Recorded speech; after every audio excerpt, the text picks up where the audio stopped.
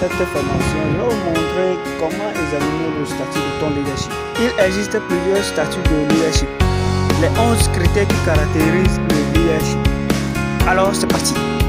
Si tu veux être un super leader, suis cette formation jusqu'à la fin. Et n'oubliez pas de liker et de partager. 1. Un leader est à la service des autres. En tant que leader, tu dois aimer de travailler pour les autres. Si je dis les autres, je parle de ton équipe. En plus, il faut aimer à travailler sans récompense. Alors, tu es un super leader. Deuxième critère, un leader ne critique pas. Si tu fais des critiques chaque temps, discute sur des choses absurdes, les faits qui n'ont pas de sens, surtout dans l'équipe, alors tu n'es pas encore un leader.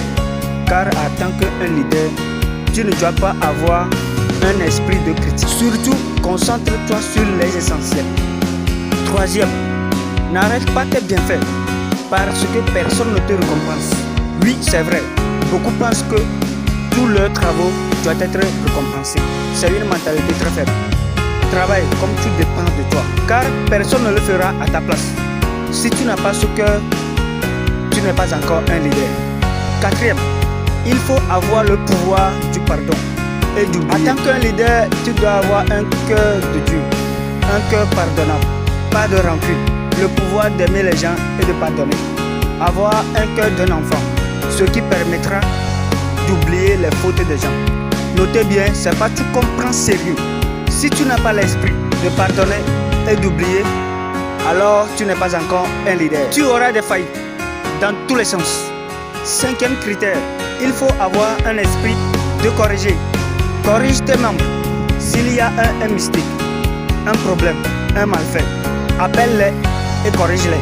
Si tu te tais, soit disant que c'est eux qui vont t'appeler pour les corriger, pour les donner des conseils, alors ça détermine que tu as une mauvaise attitude. Tu n'es pas encore un leader. Sixième critère, en tant qu'un leader, tu ne dois pas avoir un esprit satanique. C'est-à-dire, faire tout pour tourmenter la vie de quelqu'un qui travaille plus que toi. C'est une envie et Dieu va te punir sur cette cause. Quand tu vois un de tes membres qui travaille plus que toi, en tant que leader, qu'est-ce que tu dois faire? Tu dois l'encourager, tu dois le pousser d'aller plus loin, pas de lui ramener en arrière. Si tu fais ça, alors tu es un super leader. Un super leader doit avoir un cœur d'une mère. Lorsqu'une maman a un enfant malade, elle n'est plus en paix. Elle se dérange pour chercher une solution. Elle fait des va-et-vient d'ici et là jusqu'à ce qu'elle voit son enfant rétabli. En tant que leader, tu dois savoir le point malade de ton équipe, c'est-à-dire découvrir ce qui ne va pas et chercher une solution. Donc il faut noter que ne laisse pas ton équipe au moment de difficulté, mais plutôt il faut intervenir. Ne croise pas tes bras. Huitième, ne ferme pas la porte à tes subordinateurs. Pourquoi tu fermes la porte? C'est parce que tu as peur. Et pourquoi tu as peur? C'est parce que tu sais qu'ils vont te dépasser. Tu es un mauvais leader, c'est pas parce que l'un de tes membres veut te dépasser en travail et tu fais tout pour le bloquer. Ce qui veut dire, tu vois que ta potentialité est en train de diminuer. Donc ça te dérange au lieu de travailler surtout avec lui. Je vais te dire quelque chose.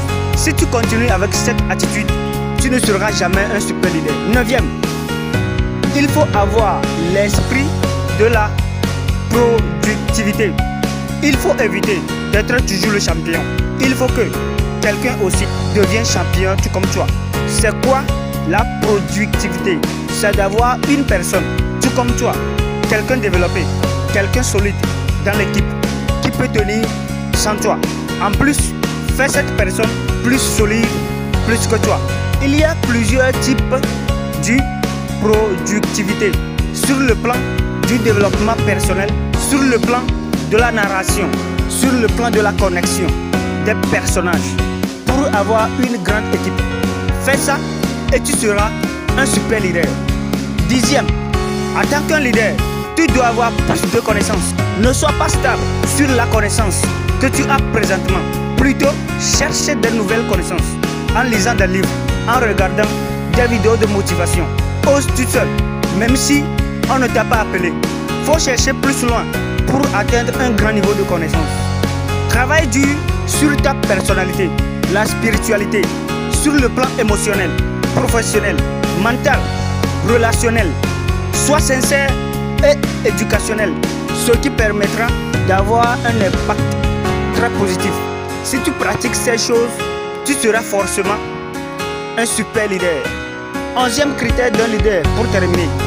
En tant que leader, il faut être une échelle d'autrui. Pour qu'il atteigne au point G, ne les tire pas en arrière. Plutôt, faites-les monter.